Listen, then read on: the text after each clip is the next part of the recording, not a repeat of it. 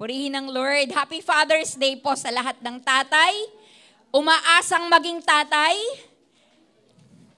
at nananalangin maging tatay. Kasi po, papunta na po kayo doon. Amen. Purihin ng Lord. Naalala ko nung nakaraan, sumama si Ipoy, si Joseph, sa mga tatay nung pinanalangin. At dumating nun ay nagkaroon na siya ng talagang legit na pagiging tatay. Nagkaroon na sila ng baby. Kaya mga tatay na nag-e-expect, tanggapin niyo yung prophetic gesture. Pag pinag-pray po kayo, lapit po kayo. Okay? Amen. Purihin ng Lord. Let's talk about prayer. Amen. Prayer without faith is dead. Amen. We know, meron tayong alam na verse na faith without action is dead. Tapos, ang panalangin, ito ang paraan natin na makipag-usap sa Diyos sa pangalan ng Panginoong Hesukristo. Amen. So all believers of Jesus know how to pray. Kasi we connect to God.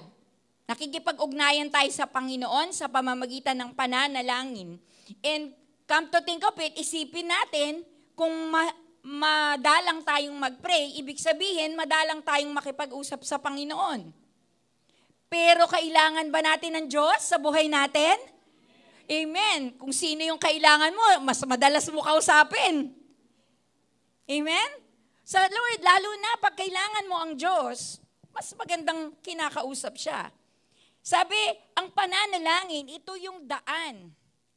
Kung ito ay founded, o ang pundasyon nito ay ang kanyang salita ng Diyos, yung Bible natin, ito ay magagamit para hindi po tayo mag-alala sa bawat araw. Lalo na medyo maraming alalahanin sa mundo ngayon. At dahil sa pagbabasa ng Word of God, Romans 10:17, faith comes out. Amen? Faith comes by hearing and hearing the Word of God. So every time we read the Word of God, every time pinanghawakan natin yung sinabi ng Panginoon sa atin, tumataas ang ating pananampalataya. Sumisigla tayong naniniwala sa Panginoon na lagi tayong makakakonek at lagi nating mararanasan ang kapangyarihan ng Diyos sa buhay natin. Hindi tayo pwedeng magsalita sa Diyos nang walang pananampalataya. Ang tawag po doon ay monologue. Diba? Monologue. Nagsasalita ka mag-isa. Wala kang kausap. Pero pagka gusto mong kausapin ng Diyos, kailangan mo ng faith. Kailangan mo ng pananampalataya sa Diyos. Kaya ang title ko, Prayer without faith is dead.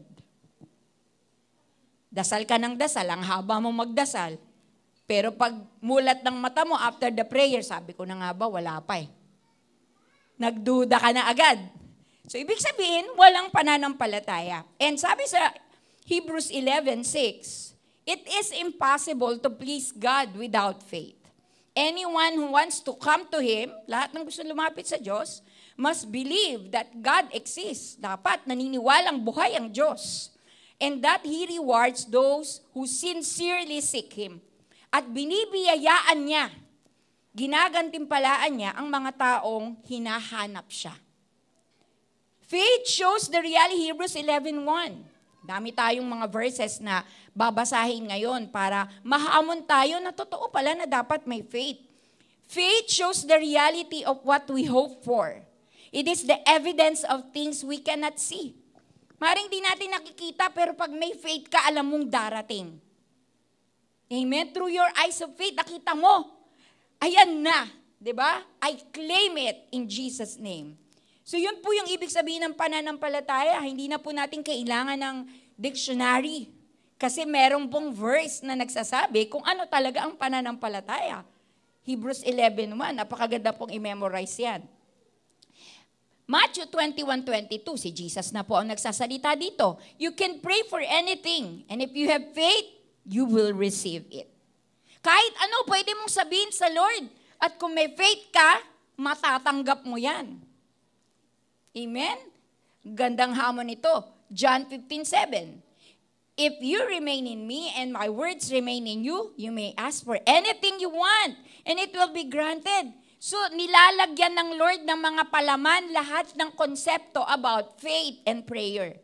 Ibig sabihin dito sa verse na to, manatili tayo kay Jesus.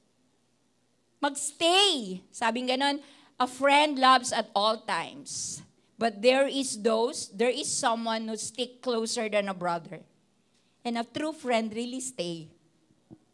Hindi nang iiwan. Amen? And ganun yung tingin natin sa Panginoon, no? Kapag tayo ay nanatili sa Kanya, we remain in His presence, we remain in His Word, pwede na nating hingiin close na tayo kay Lord. Diba? Pwede na tayong maglambing sa Panginoon and sabi, it will be granted. Kailangan lang talagang stick closer to God.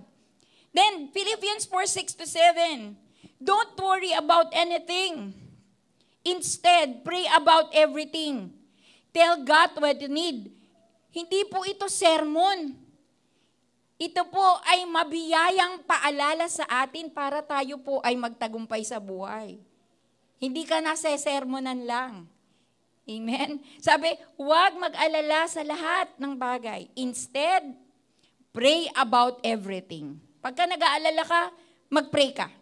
Tell God what you need and thank Him for all He has done. Then you will experience God's peace, which exceeds anything we can understand. His peace will guard your heart and mind as you live in Christ Jesus.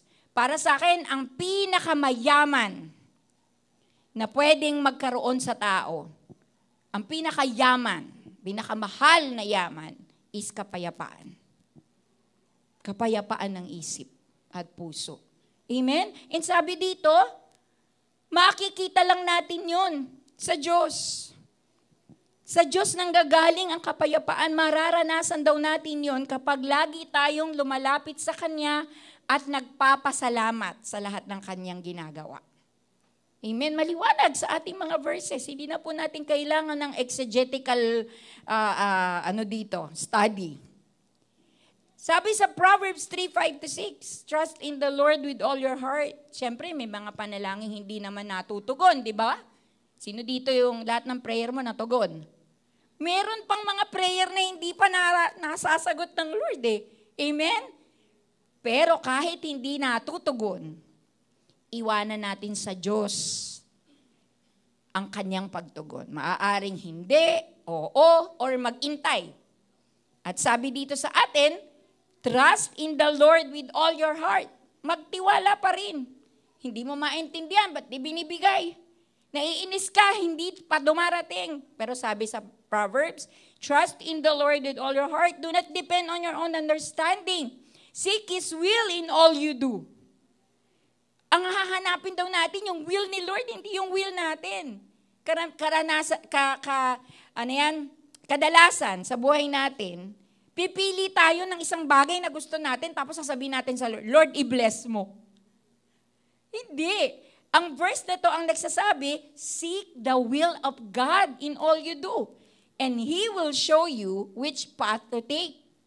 And I believe in studying the Word of God. Pag nag-aaral ka ng Word of God, yung talino na kailangan mo, marireceive mo.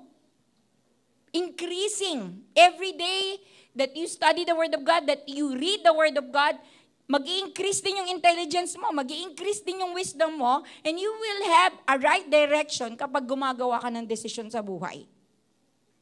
Maaaring magkamali pa rin, pero hindi katulad dati, sobrang mali. Di ba? Ibig sabihin, minimal lang. Kasi may gabay. Inuuna ang salita ng Diyos. Faith in God makes our prayer powerful and effective. Amen. So when we pray, yes, let's pray. But let's put faith in the Lord when we pray because that is powerful and effective. Naniniwala ka sa kausap mo. Nagtitiwala ka sa kausap mo. Naniniwala ka sa mga pangakong nasabi na niya sa'yo, sa kanyang salita. It will create in us hunger and thirst to know the good, pleasing, and perfect will of God. Katulad ng sinasabi sa Romans 12 verse 2. Pag-aralan po nating mag-notes kasi mahirap po ma-retain sa utak lahat. So when we take notes, pwede tayo pag uwi ng bahay, may mababalikan po tayo na ating pong narinig sa mensahe. Jesus emphasized the importance of the faith of people in enabling God to work in great power. Naranasan, una yung mga disciples, naranasan nila na nung nag-pray sila, mga himala nangyari.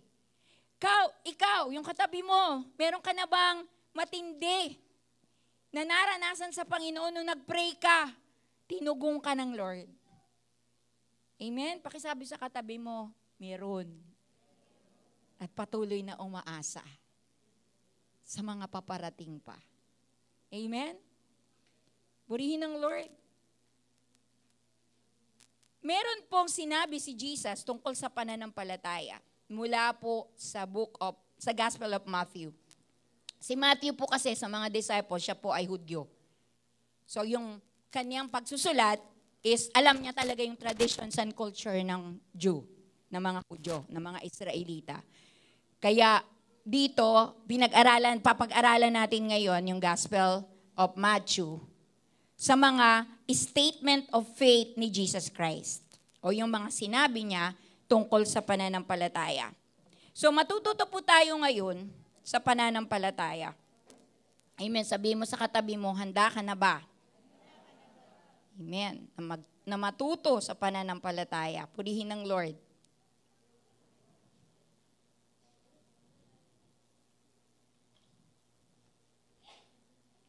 Yan. Balik po ako sa kodiko ko. Yan. Statements on faith for effective prayer life from the Gospel of Matthew. I'm so excited. Una, let's talk about a type of faith na minention ni Jesus sa Matthew, and that is Jesus authorized faith. Have you heard of Jesus authorized faith? This is the faith of the centurion in Matthew 8:5-13. Pakita po natin yung verses. Ayan. Sige, basahin po natin ng sabay-sabay sa screen. Nandito na ba? Okay, 1, 2, 3, go!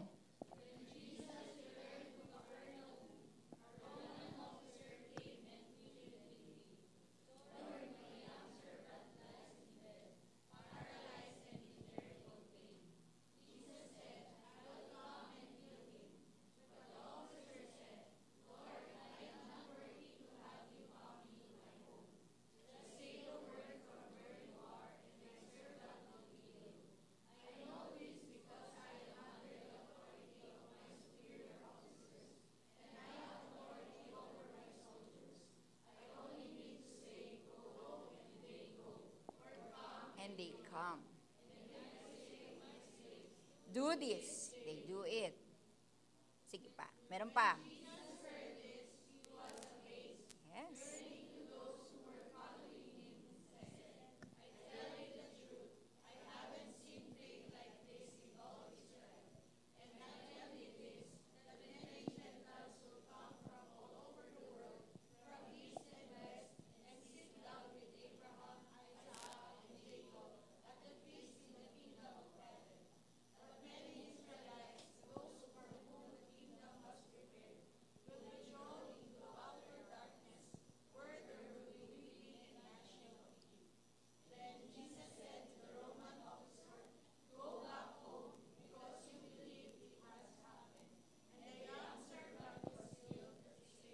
Wow, di ba?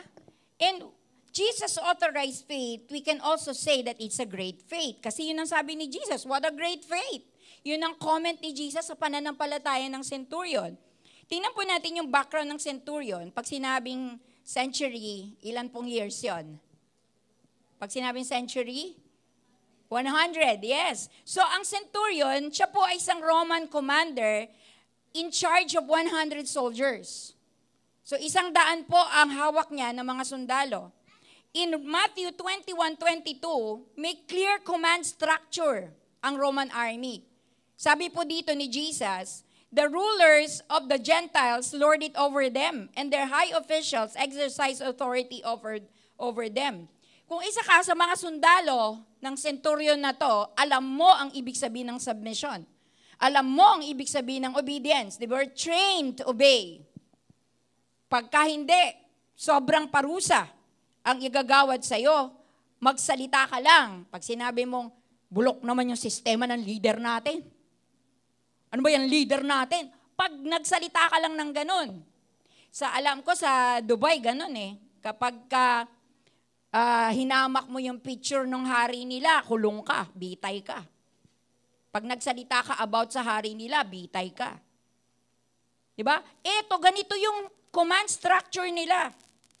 Matindi sila pagdating sa submission sa mga leaders, sa kanilang superior.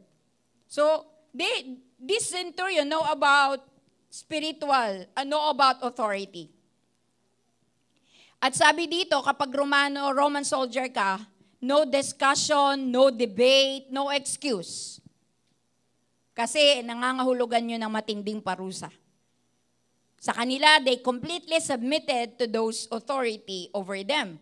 And yun ang mindset ng centurion. Alam niya yung modelo sa kanyang isip about spiritual authority. And with that authority in his mindset, kinilala niya yung authority na meron si Jesus. Amen? Kinilala niya na si Jesus has authority. Jesus was in charge. In charge sa lahat ng mga sakit. Amen? Anong sakit meron ka ngayon? In charge si Jesus. Inaatake ka ba ng demonyo? In charge si Jesus. We can pray. In the name of Jesus, demonic attack. Lumayas ka. Di ba? So, ano pa?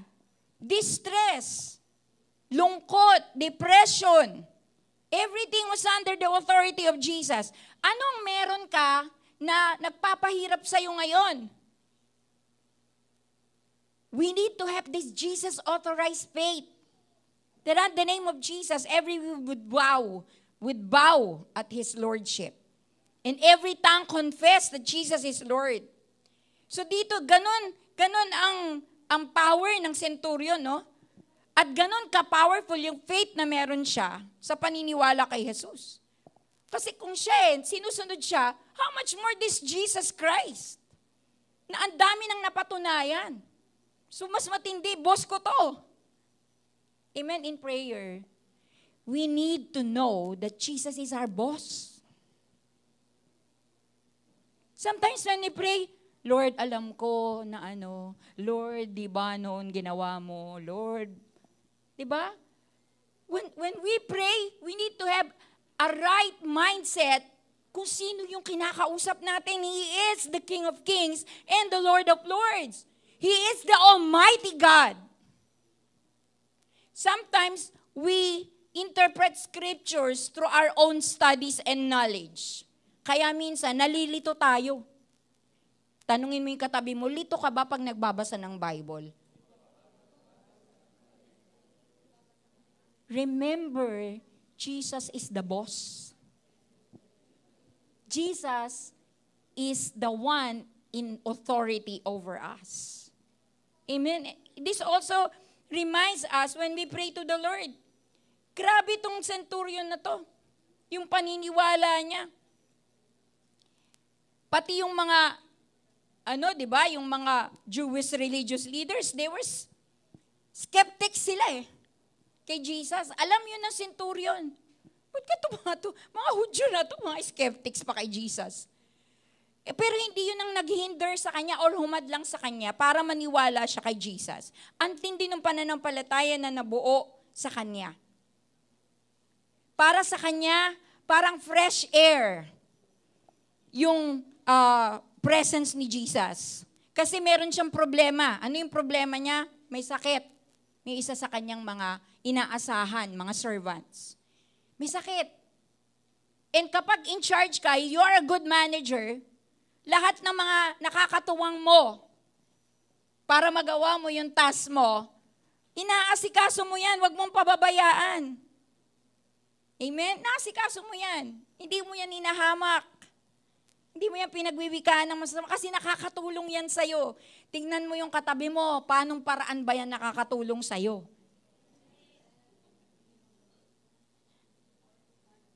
Amen? So, sa Kanya, He is so concerned about His servants. So, pag pinag-usapan ng Lordship ni Jesus Christ, it's either we believe that He has complete authority or we don't. We either believe that He can save our family. Do you believe that God can save your family? Then you have this kind of faith. Jesus authorized faith. Heal the sick. Renew our church. Bring revival. Transform our nation. Or we don't. If we believe in Jesus, siya yung boss. Hindi tayo magsasalita ng hindi natin pinag-iisipan. Mabilis tayo kasing maghusga, mag-comment.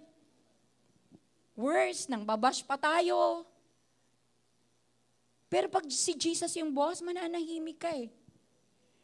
Naalala ko si Clea kagabi. Pas, ba't di ka nagsasalita? Kailangan ko pala magsalita, Clay. Pag si Jesus yung boss mo, mag-iingat ka sa bibitaw mong salita. Minsan nag-iingat na ako, may nasasabi pa rin ako. How much more yung di nag-iingat? Pakisabi sa katabi mo, ingat-ingat din naman sa pagsasalita.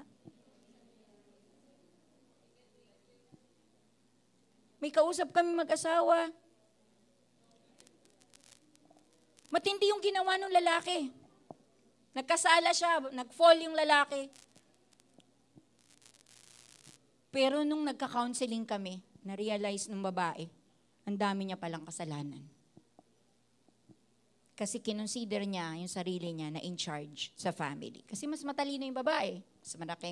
Mas mataas ang pinag-aralan. Mas kumikita.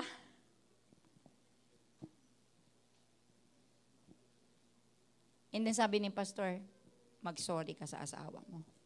Nung una sabi niya, Pas! Ako na yung ginanon eh. Magsusuri pa ako. Habang pinapaliwanag namin sa kanya, yung order of authority in the house. Umiiyak siya, pero subukan ko po sa ngalan ng Panginoon. It's hard. It's hard pag pinakikialaman na tayo ng Panginoon pagdating sa authority.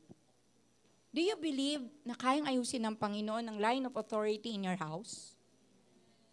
Mga babae, huwag naman masyadong masalita. When we pray to God, nasasala yung sasabihin natin. If Jesus is our boss, nasasala yung sinasabi natin. Maaring tama naman yung sinasabi mo, hindi naman point doon kung tama o mali eh.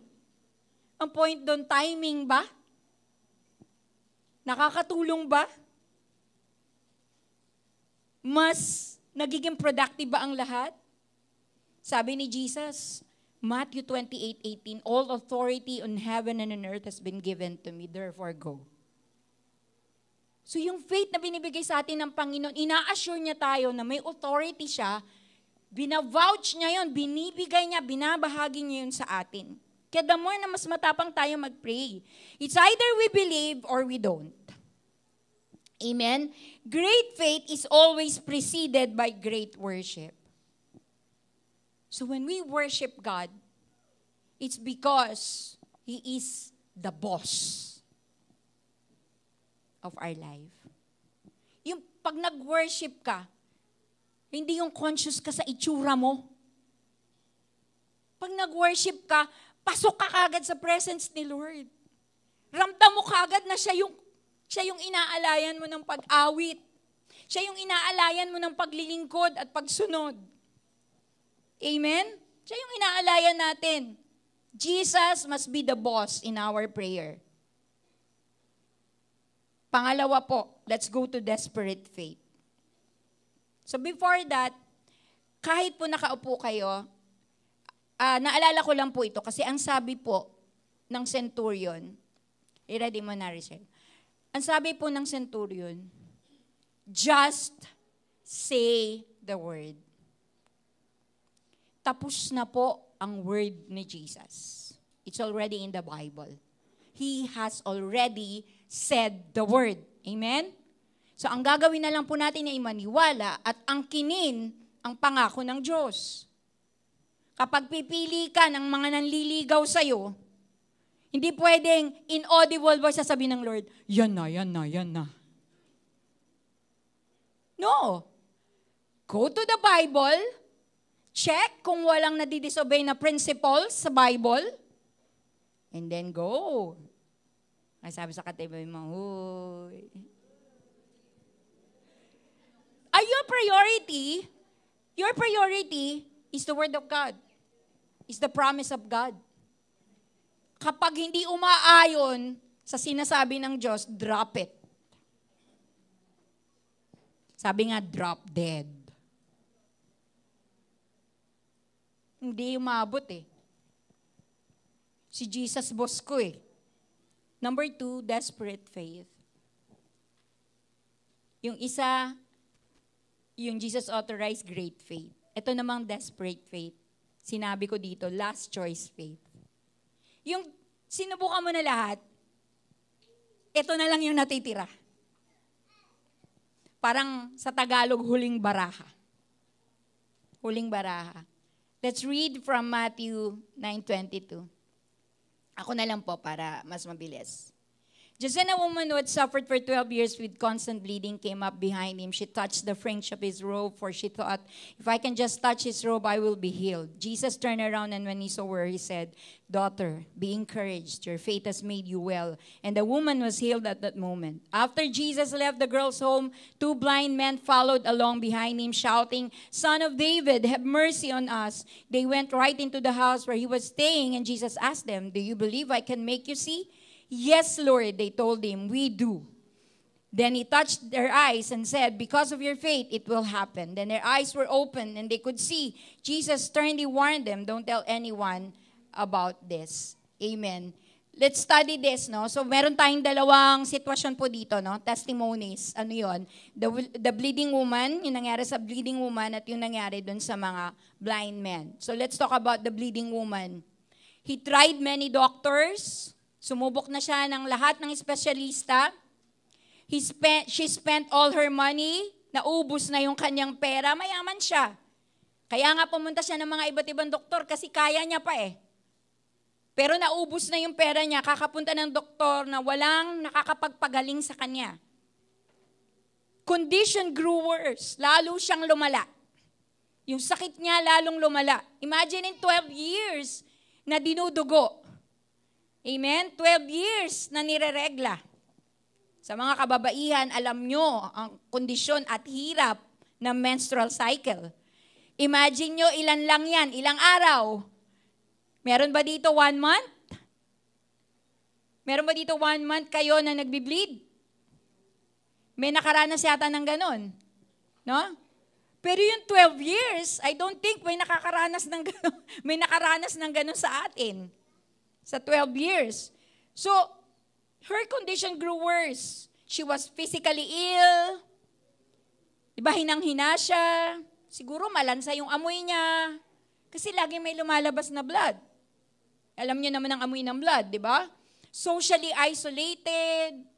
Kasi, kapag may mga ganitong sakit, sa menstruation, sila po ay dinideclare na unclean. Sa Jewish tradition, they were unclean. Kaya socially isolated siya. Kasi lagi siyang dinudugo. So talagang for 12 years, declared siya na unclean. Iwas sa tao. Hindi pwedeng lapitan ng mga tao kasi nga declared siya na unclean. Spiritually rejected. Reject siya. Even the Jews, even the disciples, hindi siya pinapansin. Financially destitute kasi ubos na yung pera niya. Sino dito ubos na pera mo? Di ka pa rin gumagaling. Sino dito ubos na pera mo pero madami ka ng utang? Kasi hindi ka pa gumagaling. O hindi mo pa nakukuha yung gusto mong makuha. Amen, ganito yung kalagayan niya. And mas matindi pa sa naging kalagayan natin. But you know what? She avoided detection. Lumalapit siya ng pagapang, mahinang-mahina, naghahanap ng siwang, ng butas, ng space na pwedeng makasneak in papunta kay Jesus. Sabi niya, this is my last choice. Ito na yung huling baraha. Ito na yung huli kong pwedeng gawin. Nasubukan ko na lahat. Ito na lang yung hindi ko pa nasusubukan. And sa dami ng testimony na rinig niya tungkol kay Jesus, alam niya may mangyayari sa kanyang desisyon. She avoided detention, but found herself the center of attention. Hindi niya sinasadya, kakaiwas niya, tahimik, na ayaw niya magpahalata, nalalapit siya kay Lord. Mas lalong naging sentro siya ng atensyon. Hindi lamang ng mga tao, kundi ni Jesus. And alam niyo ba, may singit dito sa story yung Jairus' daughter di ba? Kung titingnan niyo po yung verse, merong kailangan puntahan si Jesus, nasa bat lang ng bleeding woman Hindi talaga siya yung pakay Amen? Hindi siya talaga yung pakay ni Jesus. Nakasingit si bleeding women. When you are desperate, makakasingit ka kay Lord. Mapapansin ka ni Lord and you are so desperate. Yes, we pray, but we are not that desperate to pray to the Lord. Na parang iniisip natin, Lord, ito na yung huli Wala na ako ibang mapupuntahan, Lord. You're the only one. You're my only hope. Are you that kind of desperate when you pray to God? Or relax lang? Diba cute ka pa pag nagpahid ng luha? Kilala mo ba ang Diyos na pinapanalanginan mo? Tapos dito, naging center siya ng atensyon. Hindi tinuloy ni Jesus yung mission niya. Medyo nagambala yung mission ni Jesus. Meron palang ganun, na mas karapat-dapat yung iba, pero dahil desperado ka, inuna ka ni Lord. Mas dapat yung iba yung inuna, pero dahil desperado ka, tinitigan ka ng Diyos. At sinabi, your faith has healed you. May tanong si Jesus hindi ko na inilagay dyan yung verse, pero dito sa context na to, sa text na to, may tanong si Jesus nung nahipo yung laylayan ng damit ni Jesus, nung bleeding woman, sabi ni Jesus, sinong humipo sa akin? So it's impossible kasi maraming tao, so maraming makakahipo sa kanya. Kaya yung mga disciples, di ba? Lord, ano pa naman klase tanong yan? Ang daming tao.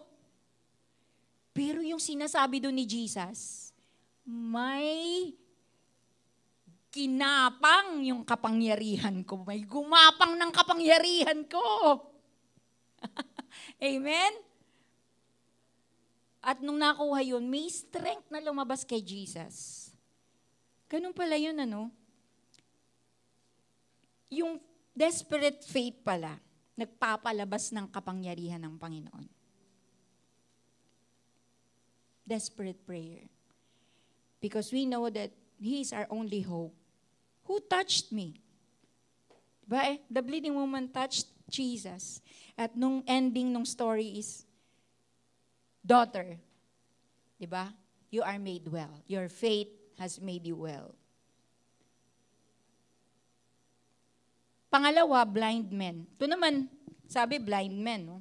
Ibig sabihin, hindi lang isa. It's a big deal. Pag bulag, diba? Pag hindi nakakakita, matindi yun. Matinding problema yun. Kaya hanga tayo dun sa mga, diba, yung mga blind natin na mga kababayan na nagiging productive pa rin sila, Galing. Kasi mahirap po talaga na maging blind. Blind are dependent on others. May kailangan, may mag-guide sa kanila, may maghahawak sa kanila. Lagi silang may guide. At dito, nung marinig sila, ang lakas daw kasi nung sigaw Jesus, Son of David! Have mercy on us! Sa lakas ng boses, narinig. Pwede Jesus, okay. Tapos, may tanong si Jesus sa kanila Do you believe I am able to do this? Naniniwala ka ba na kaya ko tong gawin sa'yo? Amen? Ang tanong ni Jesus hindi ganito Naniniwala ka ba gagawin ko to? Hindi ganun ang tanong ni Jesus. Pero tayo minsan yun yung estado natin. na kailangang maniwala tayo na gagawin ni Lord yun sa atin. Parang feeling natin, I am not fitted. Nagigilty ako, may kasalanan ako, di ako makalapit kay Lord. Kasi ang dami kong ginawang mali sa buhay ko. Diba? Pero ito hindi eh. Sabi, ang question is, do you believe I am able to do this? So ibig sabihin, it's automatic that God will do. Diba? His thing to answer our prayer. Next level tayo dapat. Yung next level, kung gagawin sa'yo, kung kaya niyang gawin sa'yo. In all His powerful concern. Amen? Sa buhay natin. So it's a big faith question for the desperate. Do you believe I am able to do this? At anong sagot? Anong sagot? Yes, we do. Naniniwala kami. And then, sabi nyo dito,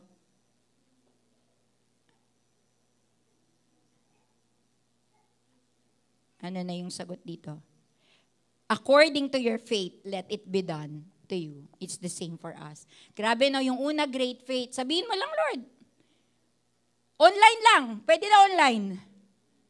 Kahit di ka naman face to face. Just say the word.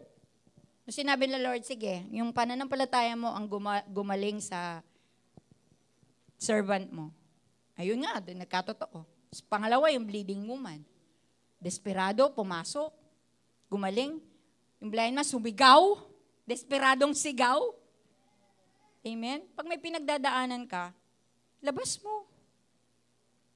Sigawan mo si Jesus. Hindi sigaw ng galit, kundi pagmamakaawa. Amen? Magpapansin ka kay Lord. Kasi hindi mo naman yan kaya mag-isa. Pangatlo, familiar faith. Nakakalungkot, pero ito po ay no faith. Familiar faith, meron po yun sa Bible eh. Sa Matthew 13, 54 to 58. Ang familiar faith po, dito sa verses natin, galing po sa mga kamag-anak ni Jesus. Biological family ni Jesus. Kaya nung bumalik si Jesus sa Nazareth, although hindi yun ang priority niya, kaya lang, binisit niya pa rin yung family niya. Dumating si Jesus doon. Sabi doon sa verse, konti lang daw. Sa bandang huli, 58. So he did only a few miracles there because of their unbelief. So si Lord pala, kahit makapangyarihan siya, kapag hindi ka naniniwala, parang tinali mo yung kamay niya. Hindi mangyayari sa iyo yun kasi hindi ka naniniwala. Amen? So, ang nangyari dito, umuwi siya sa Nazareth. Tapos sabing ganun, baliw ka ba? Hindi ka ba kumakain? Ganto, ganyan. Tapos, alam niyong background ng Nazareth? Merong background ng Nazareth John 1:46. Can anything good come from Nazareth? Pero na-define ni Jesus yun. Naka-breakthrough si Jesus doon. Kasi, sabi, wala naman daw maganda sa Nazareth. Pero si Jesus, unti-unti, nung nagme-minister, nagkaroon siya ng magandang reputation, di ba kinilala siya? Pero hindi pala ibig sabihin na sikat ka sa isang lugar, maniniwala lahat sa'yo. Si Jesus ganun nangyari Maraming kwento sa kanya, sikat siya, pero, kapitbahay ko lang yan ano lang yan, anak lang yan ng karpintero Si Joseph, karpintero yun. Kilala ko yun.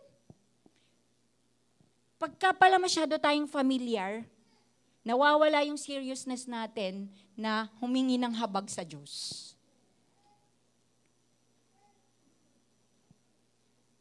Diba? Okay naman yan. Pwede naman ako sa online By the way, tinanggal na po namin yung online na worship service. Kasi minsan, ginagamit na lang natin na online, yung platform na yun para hindi na tayo mag-effort mag-church. Masyado ka bang familiar na hindi ka na nagpa-plancha ng isusuot mo pag Sunday? Na hindi ka na nagpe-prepare ng isusuot mo, Sabado pa lang, naghahanda ka na ng isusuot mo? Are you that familiar? Mamaya pa naman.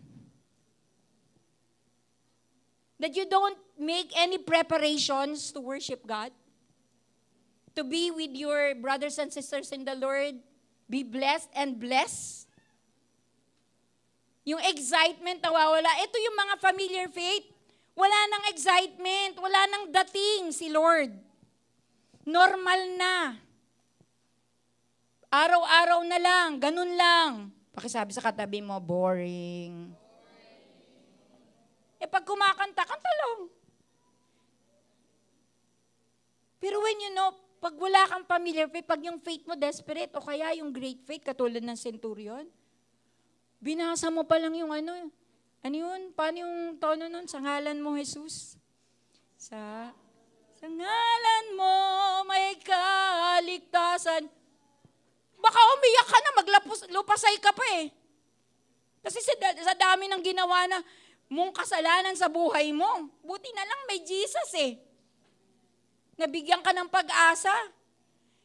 Pero you know what? When we sing worship songs, minsan walang dating sa atin. Hindi natin na ipapasok yung buhay natin doon. We don't really give that reverence to God when we have that chance. We are so familiar. Diba? Hindi, mga ilang minuto. Kaya yan. No excitement at all. Hindi mo namamalayan, nanlalamig ka na sa Panginoon. Kasi, yung pagsisimba natin, minsan nagiging relihiyon na lang eh. Para lang masabi mo na, it's a good day, nag-church kami. Diba? Pero yung pananampalataya na meron ka, that you are excited to be a blessing and to bless others through your presence. Because God is there in your heart. Amen? Nabubuhay sa puso mo. Anong kumakain sa'yo ngayon para di ka maniwala kay Jesus? Dapat tayo yung kumakain, tayo yung nag-o-overcome. Baliktad, tayo yung kinakain ng sistema. Anong kumakain sa'yo? Para di na maniwalang may gagawin siyang kamangha-mangha, higit sa mga hinahangaan mo ngayon. Kinakain ka na ba ng bini? Na lahat ng poster, i-collect mo? Ng SB19? Nasusubaybayan mo lahat ng concerts? Anong kumakain sa'yo ngayon para maging desperado yung faith mo kay Lord?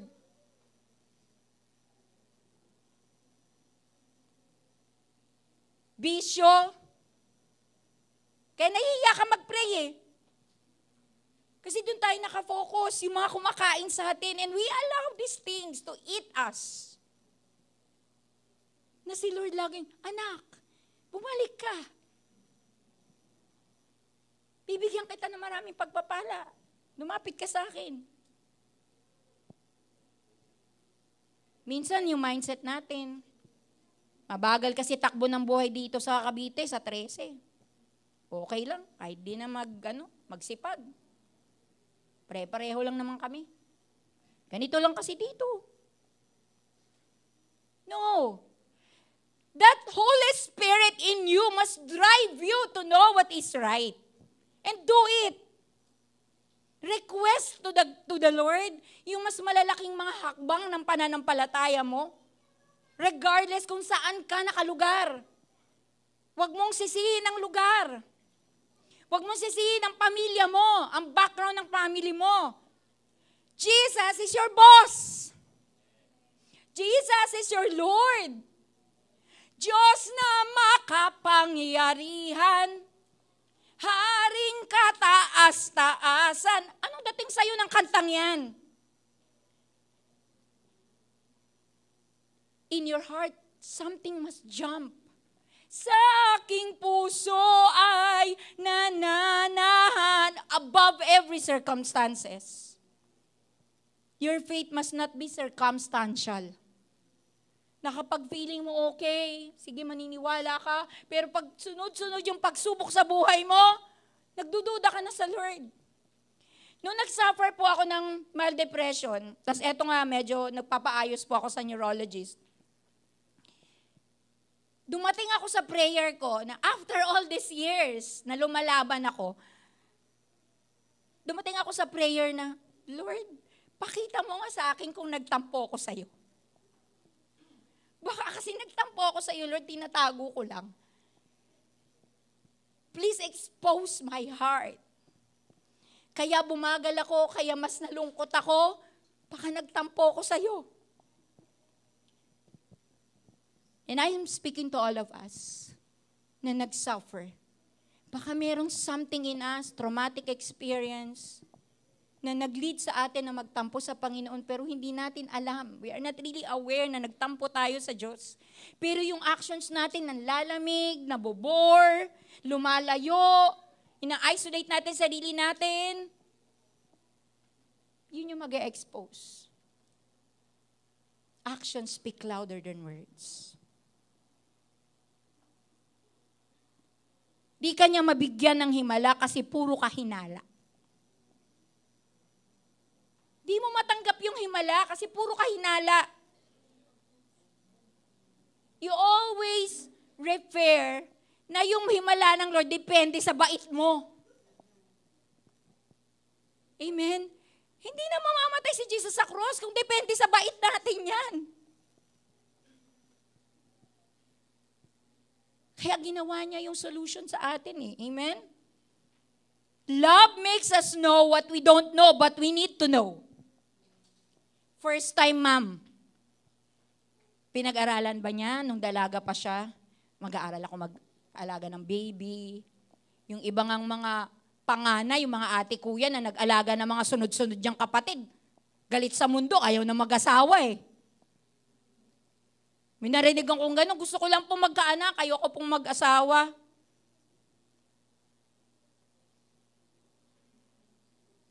Iba naman, mag-aalaga na lang daw ng baby, pag na mag-asawa.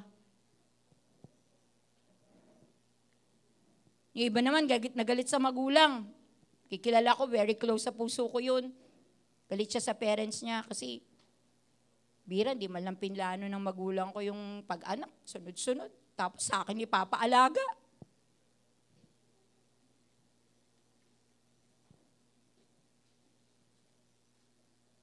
Amen? Na-realize ba natin to? Pero yung first time, ma'am, dahil sa love, di ba, di naman siya marunong mag-alaga ng bata. Pero dahil may pag-ibig, natututunan. Kaya pag may pag-ibig, maraming matututunan. May pag-ibig na inilagay sa atin ng Panginoon para matuto tayo. At kung tutugon tayo sa Panginoon, kahit hindi natin naiintindihan yon, unti-unti madidevelop yung love natin kay Lord. We will respond correctly to the love of God. Amen? Ang dami nating hindi alam sa Diyos eh, sa totoo lang. Amen?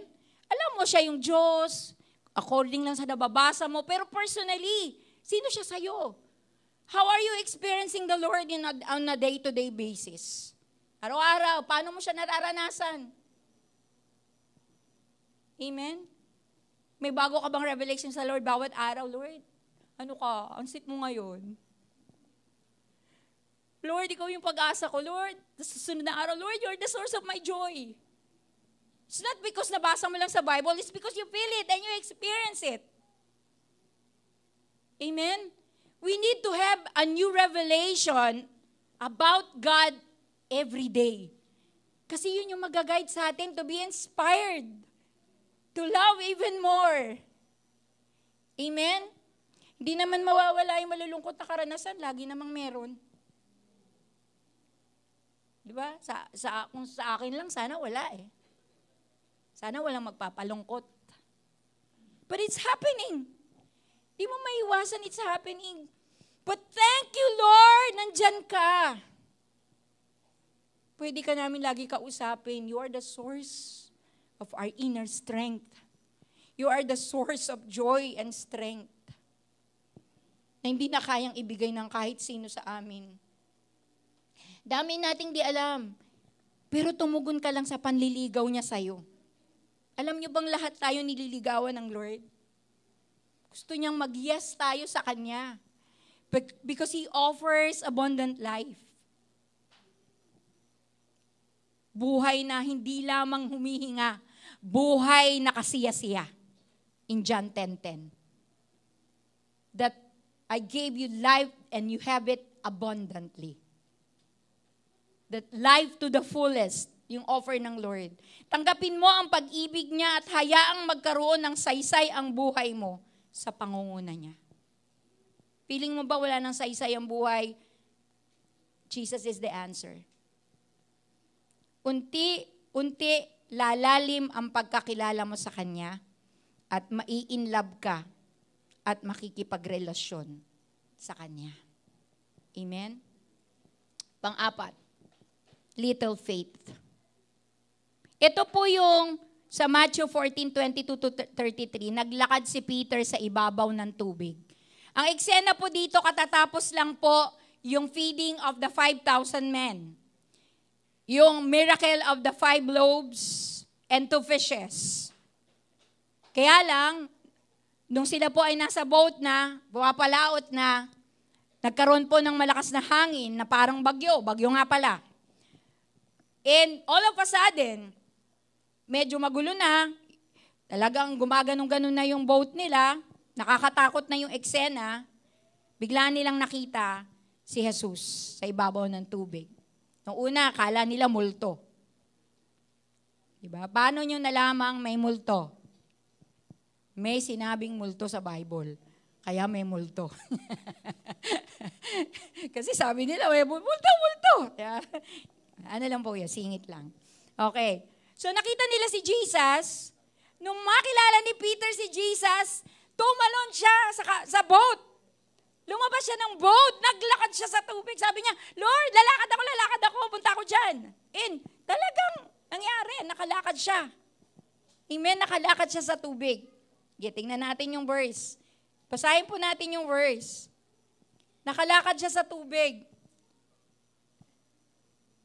Dito na tayo sa forward tayo ng konti dun sa verse. Sige pa. Dito sa monitor. Hanggang 33. Nakuha nyo ba hanggang 33? Hindi. Hindi. Okay. Sige. So, sige, kwento ko na lang. So, nung umano siya doon, lumabas siya doon sa boat, nakalakad siya sa ibabaw ng tubig. So, since Jesus is the boss, He can command even the nature, right? So, we believe. Meron siyang command sa storm, over the storm, over every troubles, lahat may command si Jesus. So, ibig sabihin, walang imposible. Kaya nakalakad siya. Pero yung ikaw mismo, lalakad ka sa ibabaw ng tubig, antindi nun. Pero nagawa ni Peter. Nagawa ni Peter because meron siyang little faith. Amen. Meron siyang little faith. Kaso, nung lumalakad na siya sa tubig, papunta kay Jesus, na-distract siya sa matataas na alon. Di ba? Matataas na alon. Imagine ko si Peter, siguro sumasabay dun sa alon eh. Di ba?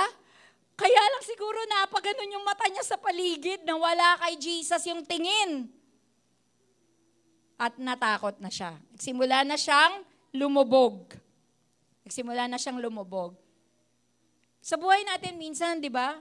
Nakakaranas tayong matitinding mga himala sa buhay natin. Ang taas ng faith natin! Pero pag kami matitinding pagsubok na naman, bagsak na naman yung faith natin. Nawawala na naman tayo ng sigla. Nawawala na naman tayo ng pananampalataya sa Panginoon. So yung faith po ni Peter, na little faith, ito po yung faith na umaalon-alon. Ito po yung faith that it comes and it goes. Ganun tayo eh. Pag okay yung nangyayari, hay na hay tayo. Pero pag may matitinding pagsubok, bagsak na naman tayo. Our faith explodes when we keep our eyes on Jesus. Lumalabas, sabog yung faith natin kapag lagi tayong nakatuon kay Jesus. Nakatuon yung pansin natin, nakatingin tayo kay Lord. His promises, His power. But our faith implodes when we focus on the waves. Nalulusaw yung pananampalataya, lumulubog kapag meron tayong ibang nakikita na alon. At mga imposible, humahadlang sa ating paningin. Na para bang malabo na yung mga request natin kay Lord. Kasi, ang tindi na ng mga nangyayari sa buhay natin.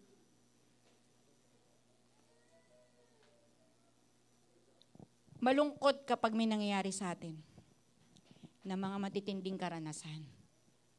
Yung mga inasahan natin na sana ganito, mga minahal natin na inilaglag tayo sa ere, pinabayaan tayo, iniwan tayo. Ang dami nating minsan nararanasan. Pero sa umagang ito, I challenge, especially the fathers,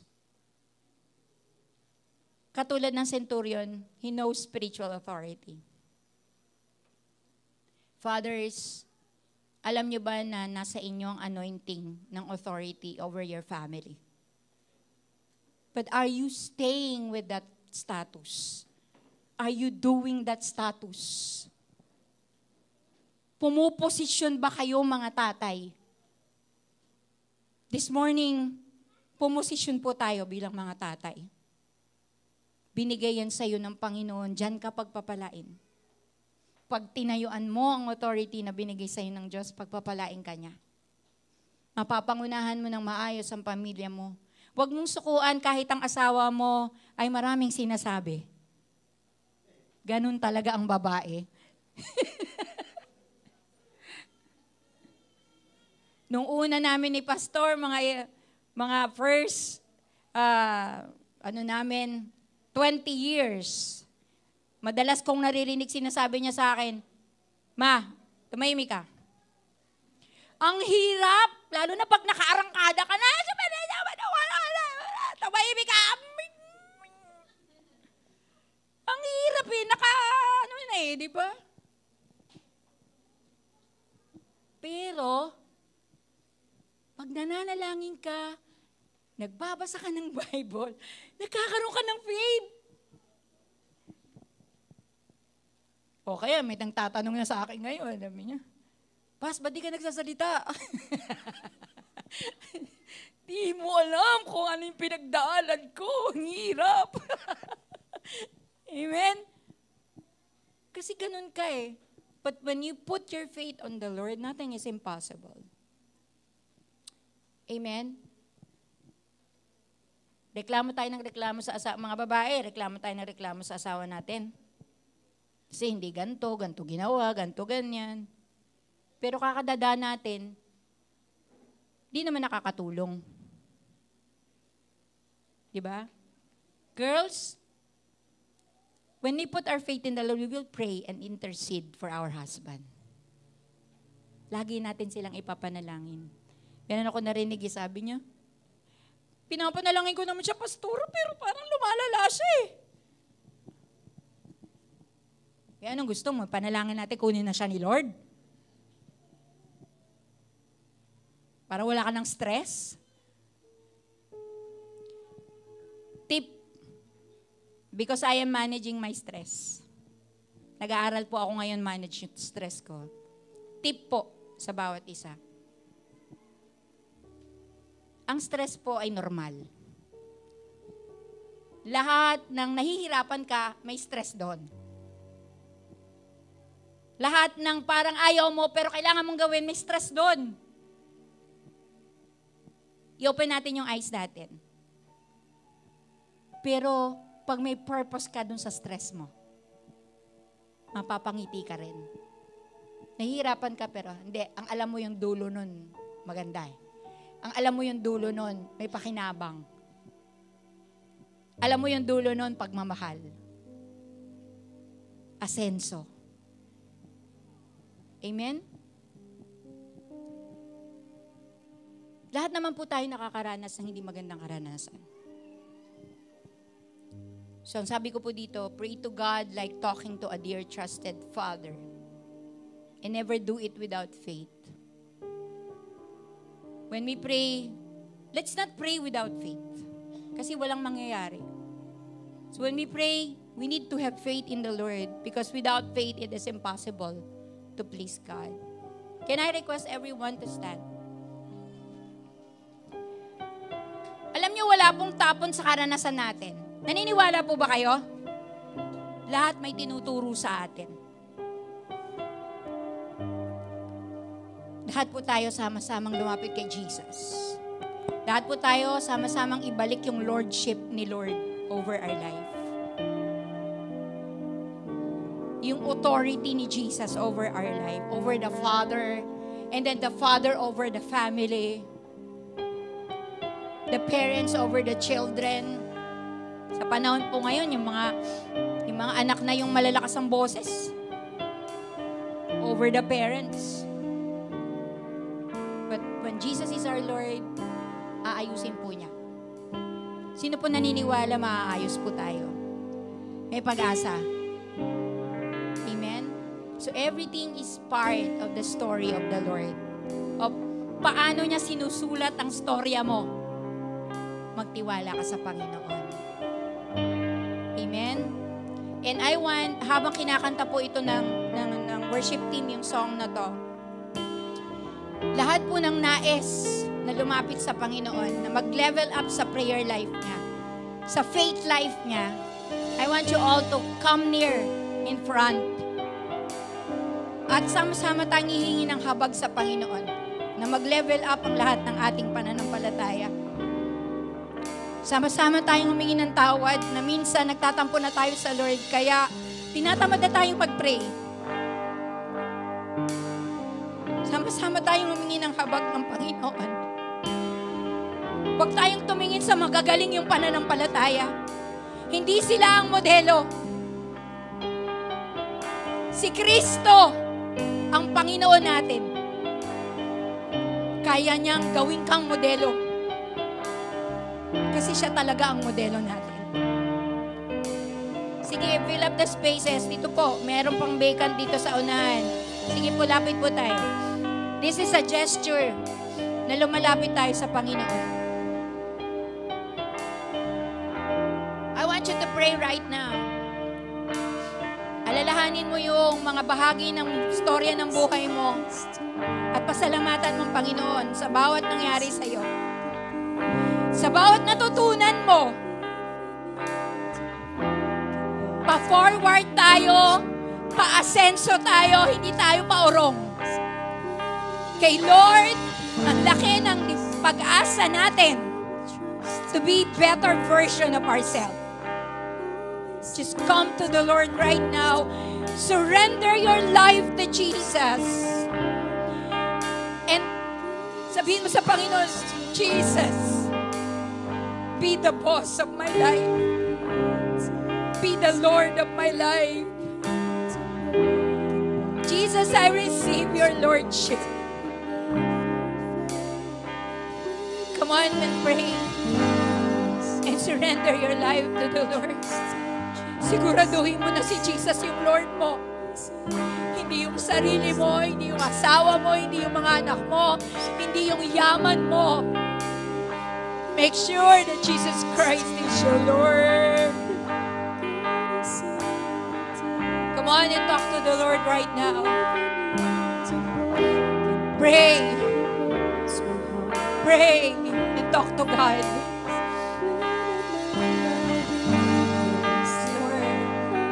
Trust in Jesus, always in the highs and lows, the one who goes before me. God is in the story, God is in the details. God is in the details of our life. He holds my heart, He never fails when I'm at my Pakialaman mo kami, Lord. Mga hindi namin inaamin, tulungan mo kami. Tulungan mo kaming madurog ang espiritu ng kayabangan, pagmamataas, pagsentro sa sarili. Tulungan mo kami, Lord. Dahil ang pagmamalaki, Panginoon, minsan lumalala. Pero sabi mo nga, kalaban mo ang pagmamalaki. God opposes the proud, but He gives grace to the humble. Teach us to humble ourselves before you, Lord, every day. Forgive us of our self-centeredness. Forgive us for our misjudgments, Lord. Ang bilis namin maghusga sa tao. Ang bilis namin, Panginoong, pintasan ng tao. Ang bilis namin pumatol sa chismis, Lord. Hanggang sa magkulang kami ng panahon sa iyo, Lord. Help us. Have mercy upon us, Lord. Para makita namin ang direction mo at masunod ka namin to seek your will in our life more than anything else, God. Ito yung follow-up mo sa amin, Lord. Ina-follow up mo kami. Ini-strengthen mo yung faith namin, Lord, to succeed in life, God. Hallelujah, Lord Jesus. Bless your name. Let us raise our hand to the Lord right now. I will pray for you. Panginoon, nakikita mo ang bawat isa na nandito sa harapan. Nakikita mo ang kanilang puso. Nakikita mo rin yung takbo ng buhay nila ngayon. At kitang-kita mo yung mga desisyon nila kung saan ito patungo. Na desisyon na mapapahamak sila o desisyon na magtatagumpay sila. Pero Panginoon, hayaan nyo na ang pag-ibig nyo ang magpalutang, Panginoon, ng kanilang kaunawaan sa pagkilos mo sa kanilang buhay. Maengkwentro kanila, Panginoon, ng mas maliwanag, mas malapitan. At patuloy kami, Panginoon, na muling ma-inspire, Panginoon, na laging i-memorize ang mga pangako mo. Panghawakan ng mga pangako mo. At bawat desisyon namin, i-check namin sa mga pangako mo. I-check namin sa mga sinabi mo. Upang hindi po kami mas magkamali sa buhay. Lord, sa iyong lahat ng kapurihan, ayusin niyo po ang bawat pamilya from A to Z. Pakialaman niyo po ang bawat pamilya. Pag-ibig niyo pong maghari sa bawat pamilya. Let there be a restoration and a deepening, Lord, paglalim ng aming pagkakilala sa iyo. Paglalim ng aming paniniwala sa iyo, Panginoon. Salamat po sa pagpapalakas ng aming mga puso. Ito po ang aming dalangin sa pangalan ni Jesus. Amen and amen. Sige po, pwede na po tayong bumalik sa ating upuan.